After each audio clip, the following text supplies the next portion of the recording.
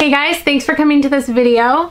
So I was at TJ Maxx, no surprise, I go there all the time. And I have always told myself if I find any more Anastasia palettes other than Subculture, because you guys may have already saw that video, I got Subculture palette and I ended up taking it back because it was really bad. But I found the Anastasia Riviera palette at TJ Maxx.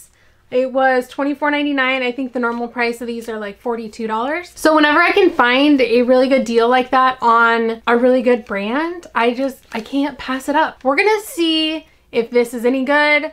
Why was it at TJ Maxx? I'm not sure. Is it as bad as the Subculture palette? Am I gonna end up taking it back? These are all questions I have that we are gonna answer today. So if you guys wanna check out this Riviera palette, let's get into it.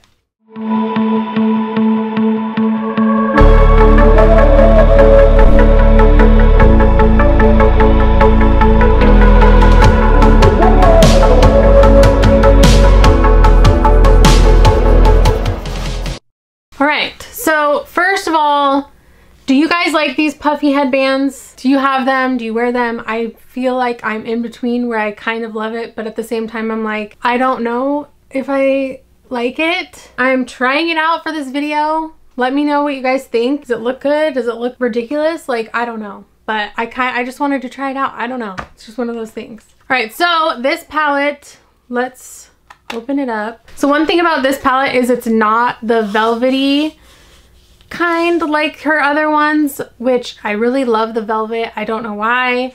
This is more just a kind of more canvasy, which is cute. I like it. I like the white and blue and gold. It's pretty, but for some reason I just miss the velvet. So we open it up and there's what it looks like. Very pretty, very bright colors. It's not a neutral palette. So first I'll do some swatches of these pretty colors, then we will apply some on my eyes and see how it works. So there's the first 5 colors. So we have Sails, which is just like a matte white.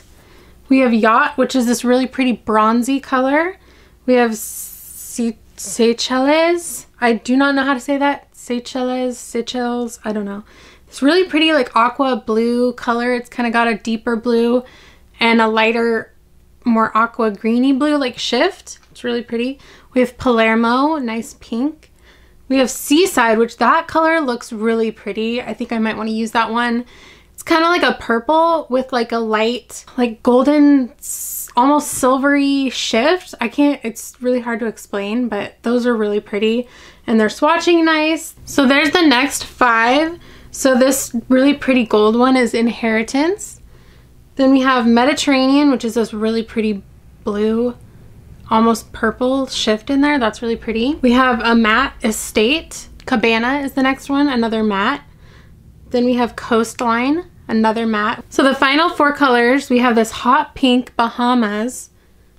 We have Monte Carlo, which is a more rosy, lighter pink. We have Cannes, this nice purple. And then this brown is called Palm, and those are all really pretty mattes as well. So I guess just the top row is shimmer and the bottom row is all matte. All right, now that we've swatched them, and I think I really like these colors. I really like that the whole bottom row is matte and the whole top row is shimmer. I feel like sometimes with palettes you don't get enough mattes. So I love that this is a bright palette, but you do have a lot of mattes to work with. So let's zoom you guys in and see what look I can create. All right, so these always come with a brush, a double-ended brush. You have a little fluffy end and then a smaller end. I don't typically use these brushes. Like, they're just not my favorite, but maybe I'll use this today. But first, let's grab a fluffier brush. This one's from Morphe. All right, so I'm gonna go into Coastline first, this more light, like peachy toned.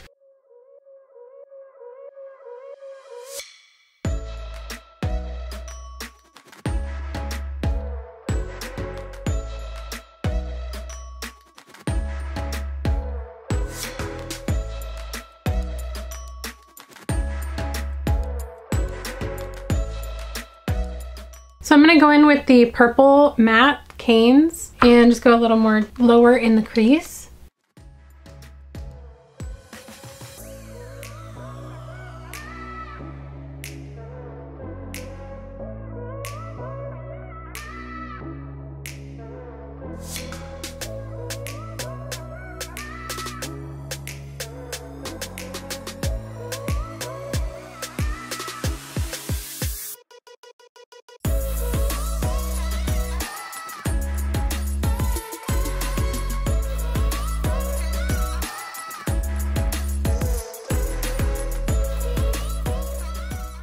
So it's a little tricky with this purple. I feel like it's a little patchy, a little hard to work with, but still blending out pretty nice. Just taking a little more of that first shade to help blend it out a little better. I'm gonna go in with the shade Seaside. Just go on the lid.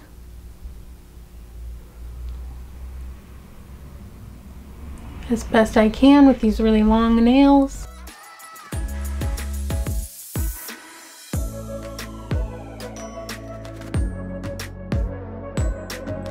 Just going back in with that purple.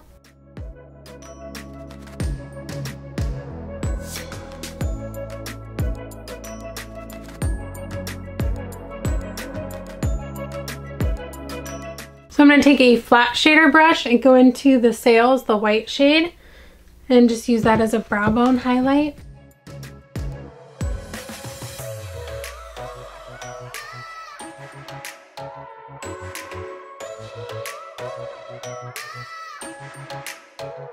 Now for under the eye, I think I'm going to take their brush that came with it, and I'm going to go into First Coastline, the first shade we went into, and just kind of smoke that out.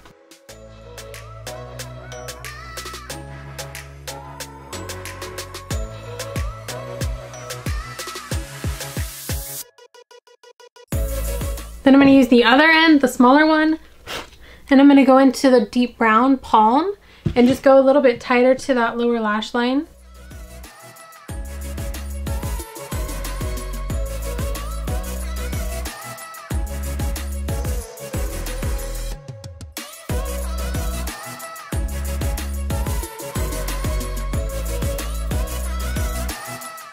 Alright, so now I have liner and lashes on. And I think it turned out really pretty. It is colorful, but not too crazy. I think they blended really nice. I did have a little trouble with that purple, but I think I got it to work. I think as a final touch to this look, I'm gonna add some from my Pat McGrath Mothership palette. Just this shade right here. I'm just gonna go in and just do a little bit of extra something something in the center, just for a little extra pop of color.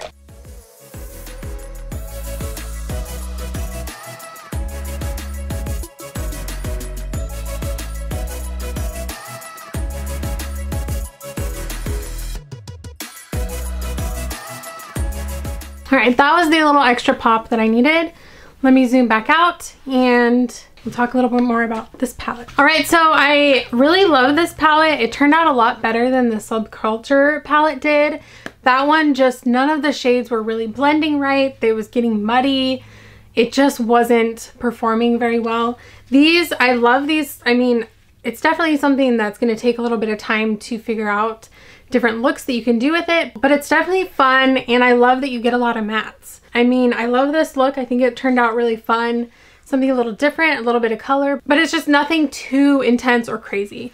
So I'm really excited. If you guys want to try to find this palette, I found it at TJ Maxx, and the TJ Maxx is down here. The TJ Maxx down here, TJ whatever. I have found a lot better deals and just better stuff in general at the TJ Maxx in California where we're at, instead of the ones in Idaho or Washington when I lived up there. So, you know, if you live in an area where you can get really good deals at TJ Maxx, I would highly suggest going there. And definitely look for things that are in those security boxes, those like clear plastic things. That's what this was in. Anything else that's not in one of those boxes, I feel like is just opened and swatched and touched, and it's gross. I don't know why people do that at TJ Maxx. Who are these people that's doing that at TJ Maxx? Can we stop? Because I want to enjoy all the good deals, but when they're not in one of those security cases, it's just too much of a risk. I feel like it's just gross. There's people touching it. I don't know, maybe babies licked it, who knows, but when it's in the security package, it's safe. I'm gonna stop rambling, but that is it for this video, guys. Thank you so much for watching.